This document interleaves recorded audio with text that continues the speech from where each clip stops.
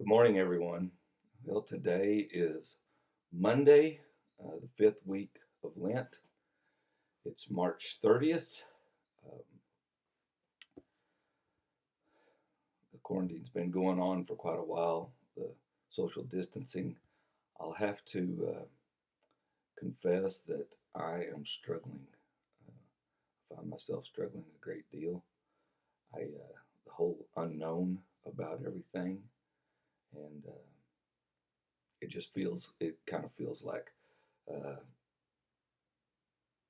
there's something like creeping at the door, uh, ready to come in.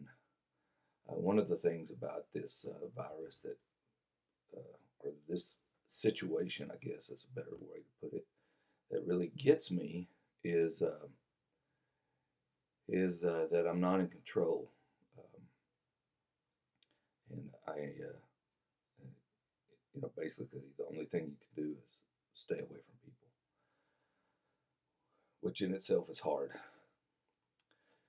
Anyway, as the last Mary Mail I recorded, I told you that I was uh, during my Lectio Divina with Brother Simon the other day. It was impressed on me to uh, share how God's worked in my life, and so I want to tell you about uh, another instance that I felt like God was really working in my life. And it was another time in my life when I wasn't in control. I was At that time I was it was in 2017, May of 2017, May and June of 2017.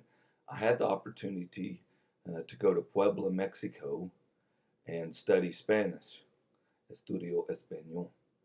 I um, I had been there about a week. I think it was about a week, and here I was living in this foreign country, eating their food, uh, trying to speak their language. Hardly anyone spoke English. There's a few people that did, but I was I walked to my school every day. It was about 4 or 5 blocks. Wasn't very far. Of course, the first 2 days that I walked to it, I got lost. That was kind of scary. I had to uh, figure out how to get to the laundromat, lavanderia, to get my clothes washed, things like that. So it was quite the experience. But one Tuesday morning, I believe it was a Tuesday morning, I was at breakfast, and one of my uh, some lady that teaches with me called me, and she said, David is something happened to David, and David was the department chair and a guy I had worked with for over 10 years, and he was my boss and my mentor. And she says he's in the ambulance now, and she said, please pray for him. I said, I will. Well, ended up, um, David had a heart attack and died that day. And here I was in Mexico. I couldn't get away. I I I just felt so out of control. And I remember that night I talked to, I don't know, I talked to Teague, I talked to a couple other uh, people that I teach with, and it was just terrible. Anyway, I don't know exactly when, but uh, I just had all this swirling around, right? But one night I had a dream, and it was one of those dreams that whenever you wake up, you have to ask yourself, was I dreaming?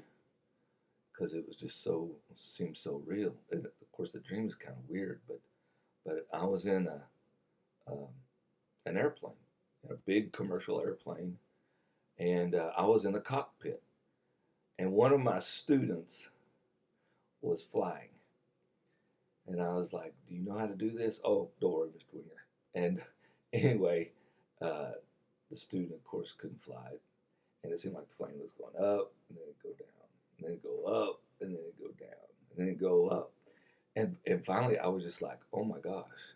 And and I went back to the back seats, and I sat in the back seat, and then and was just sitting there thinking, "Oh my gosh, what's happening?"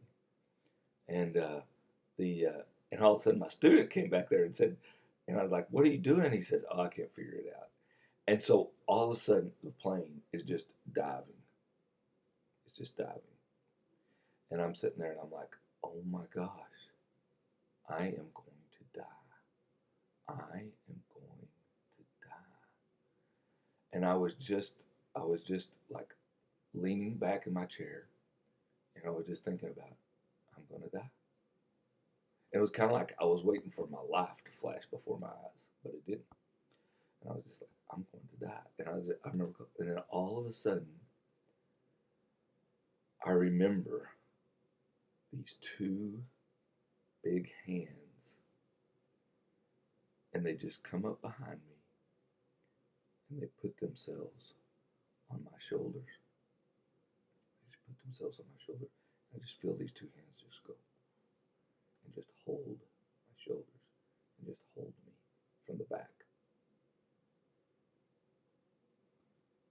And I think, well, actually, I hear this voice inside my heart, and it says, David, I'm in control.